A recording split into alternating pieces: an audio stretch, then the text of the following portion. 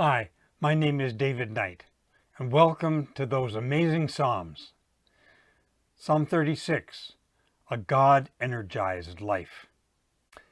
Imagine a boss who is so confident and so wrapped up in his own vision of the world that he listens to no one, considers it an insult to be given advice, who flatters himself constantly, who makes rash decisions and ignores all boundaries. Imagine a neighbor like that, or a parent, or a president. Psalm 36 says that's what happens when sin takes root in the human heart.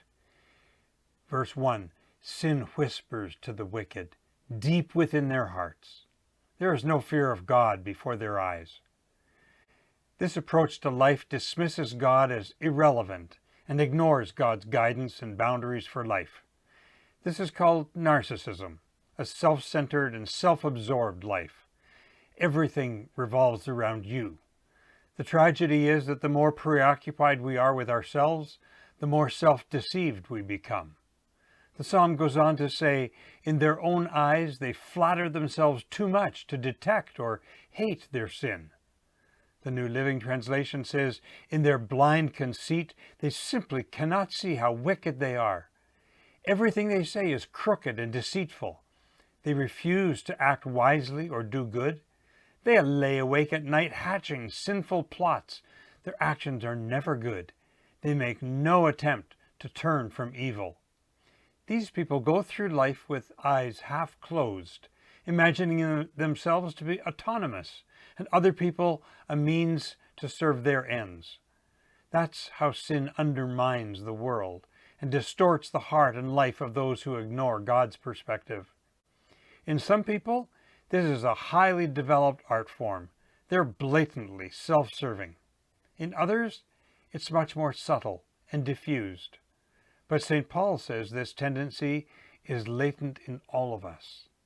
Our psalm describes this God-avoiding morality so that we can recognize it when it shows up in our leaders, or in our children, or in ourselves.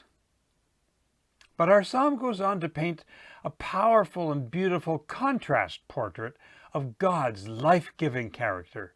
And what a contrast to the narrow horizon of the self-centered life.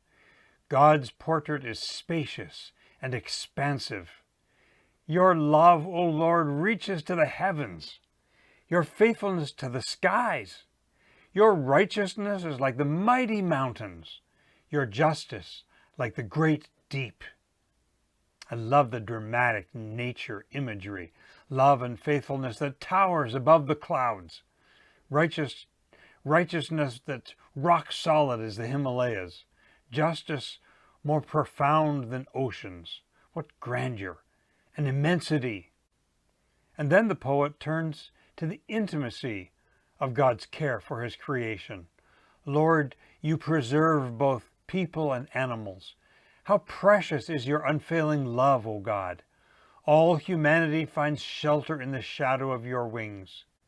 They feast on the abundance of your house. We drink from your river of delights. You are a fountain of life. You are the light by which we see light. God is all about enriching the lives of his creatures, sheltering, refreshing, and satisfying us. I especially love the image of God as the fountain of life, the flow of life-giving water deep from underground for us who live above ground. The ancient Celts used to think of wells and springs as windows to the spiritual world. The Hebrews saw them as signs of God's grace spilling over into our lives. Generous love and faithful justice flow out of God like a geyser or a life-giving fountain that invigorates David's life, gives him a fresh vision for his life. He contrasts this God-energized life with a God-avoiding life that is narrow and self-serving. David chooses a life inspired and illuminated by God. How exquisite your love, O God, as you fill our tankards with Eden's spring water. You're a fountain of cascading light, and you open our eyes to light. And I pray, magnificent, eye-opening God. I don't want to drift through your world with eyes glazed over. I don't want to miss a thing. Surprise me each day with the glory of your work all around me. Lift my eyes to the towering dimensions of your truth. Faithful fountain of life, energize me so that I will flow and overflow every day with your warmth and joy and love. Amen. Take care.